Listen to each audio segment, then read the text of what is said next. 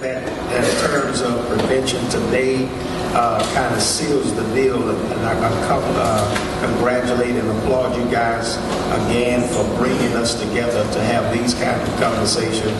And we're going to have in smaller settings. I think one of the other gentlemen said we're going to have to bring those type of situations to the table to have conversation. That's why I concur.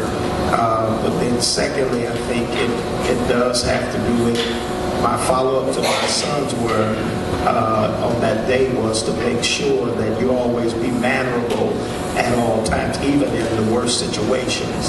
And so we've got to teach our kids how to do that. It's amazing that we have to go the extra mile to do that. And we do have to do that.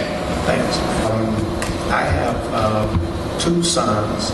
I have a young son who's prayerfully in 4 months will graduate from Georgetown in Kentucky, and now a young son who is a freshman at Texas Southern there in Houston. Over the holidays, I had an opportunity to sit down with my sons to get their feel and to also ask them, have you been in any threatening positions or situations out of my presence?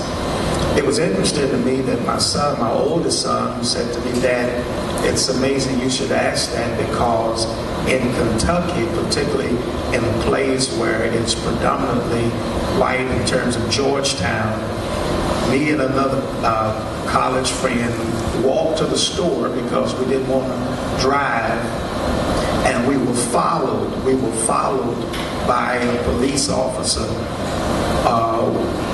We didn't have any uncertain clothing on. We were going to the store. We were walking, and because we're walking, they followed us from the store back to the campus, and finally asked who we were and what were we doing in Georgetown, Kentucky.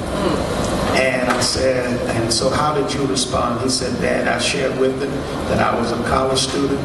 I shared with him I was an honor student, and that I was on the dean's list, dean's row, and began to tell who we were. He said he went on and on, kept asking different questions, and finally he allowed us to go.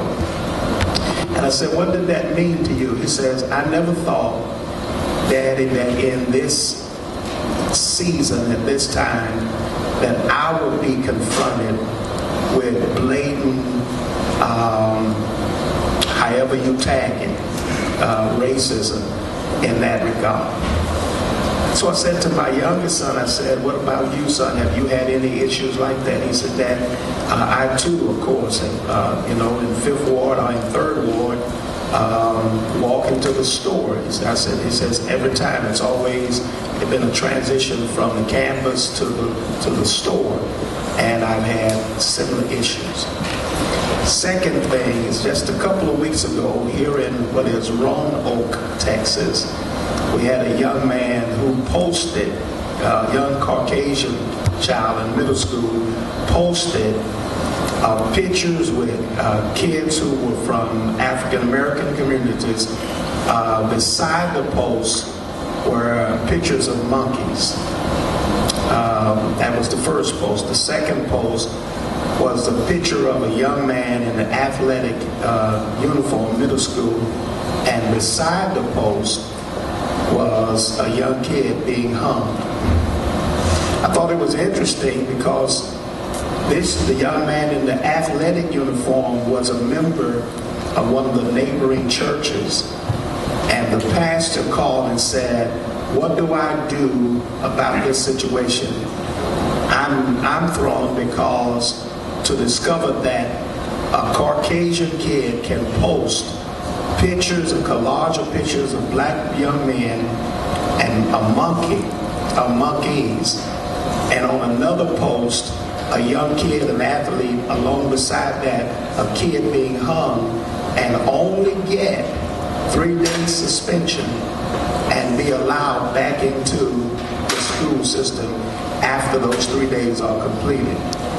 And so I guess my concern today, of course, has to do with equality and the rules that seemingly changed because a young black African American doing something similar gets several days out and then, of course, thrown into an alternative program and has to go to court in order to get back into school. When a Caucasian child is able to get only 3 days, slap on the hand, and welcome back. And so if those are issues, I think that we've got to know that still in 2015, there are lines that are being drawn that must be settled. That's my concern.